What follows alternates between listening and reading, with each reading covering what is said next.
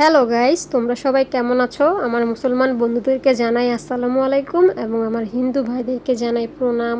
তো আমার চ্যানেলের ভিডিওগুলো তোমাদের কাছে কেমন লাগে?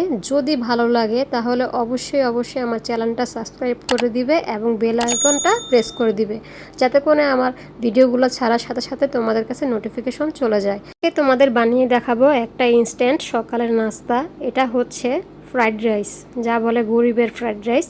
তো বাসায় যা আছে তা দিয়ে তুমি বানিয়ে ফেলতে পারবা। চেষ্টা করবা একটু বাটার দিয়ে করতে, তাহলে খাবারটা একটু রিচ হবে আর তোমরা অনেকক্ষণ খেয়ে থাকতে পারবা। এটার মধ্যে তোমার প্রোটিন, ভিটামিন, তারপরে আমিষ সব ধরনের কিছু পাবা, কারণ আমি এখানে চিকেন দিছি, সবজি ছিল বাসায় যা তাই দিছি, আর সুইট কর্ন ছিল বাসায়, কিছু সস ছিল 3-4 প্রকারের, তা দিয়ে দিবে। এটা কোনো ম্যান্ডেটরি না, তোমাদের বাসায় যা আছে যত রকমের সস আছে তা দিয়ে বানাই ফেলবা, আর যত রকমের মশলা আছে তা দিয়ে বানাবা।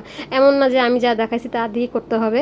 এটা হচ্ছে গরিবের ফ্রাইড রাইস, এটা তুমি যেভাবেই করো খেতে খুবই ভালো লাগবে। তো আমি এই যে সবজিগুলো ভালো করে আমি পানি দিয়ে সিদ্ধ করে নিলাম, আর লাস্টে আমি পেঁয়াজ দিলাম, কারণ পেঁয়াজটা তো সিদ্ধ হতে বেশিক্ষণ লাগে। বাসায় চিকেন পাউডার ছিল তাই দিয়ে দিলাম। তো ভালো করে সবজিগুলো সিদ্ধ হয়ে যাওয়ার পরে তোমরা একটু পানি দিয়ে দেবে যাতে পেঁয়াজটাও সিদ্ধ হয়ে যায়, আর লাস্টে লবণটা দিয়ে দিছি। তো এটা ভালো করে আমি কষিয়ে নিলাম। চিকেনটা দিছি, চিকেনটাও সিদ্ধ হয়ে গেছে। তো লাস্টের দিকে আমি বাঁধাকপিটা দিয়ে দিছি। বাঁধাকপিটা আর বেশিক্ষণ লাগে না, পেঁয়াজের আগেও বাঁধাকপিটা তাড়াতাড়ি সিদ্ধ হয়ে যায়।